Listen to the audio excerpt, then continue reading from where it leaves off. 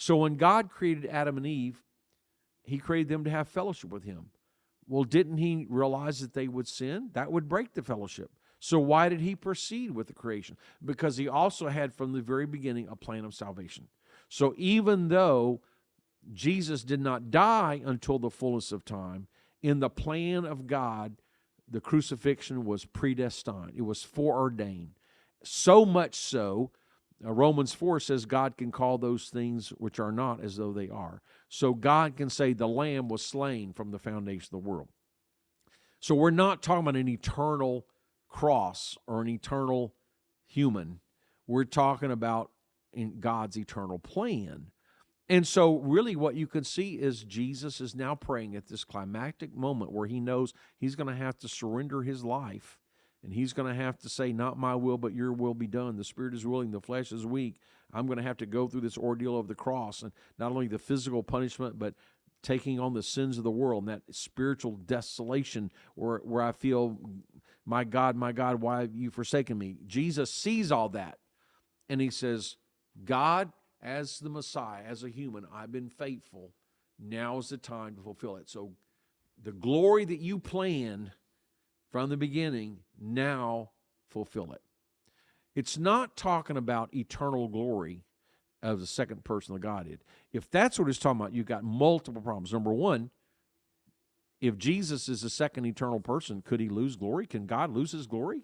Did the second person of the Trinity get rid of his glory? How could God not have glory and still be God? So if it's talking about, well, first person, give me my glory back, well, did he lose it? The second problem is Isaiah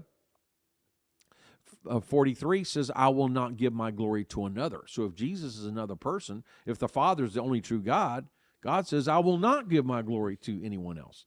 And then the clincher, if you keep reading this prayer, Jesus proceeds to pray for his disciples who are there.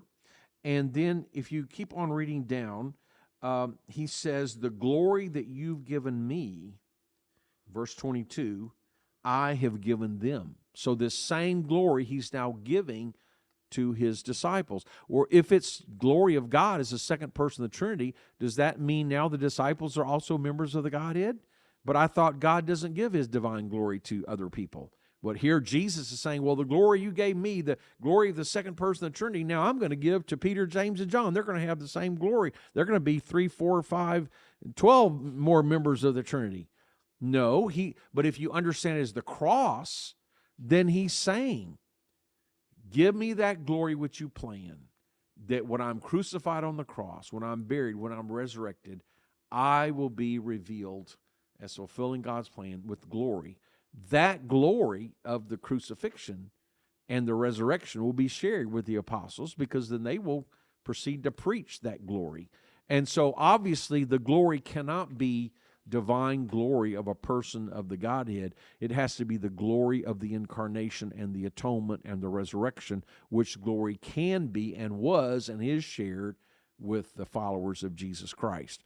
So although it may seem to be a little metaphorical, when you think it through, Jesus as a true human is surrendering himself to God's plan and saying, the plan for my life that you had from the beginning, now fulfill it. And once you do that, I will share the victory with everybody who believes in me.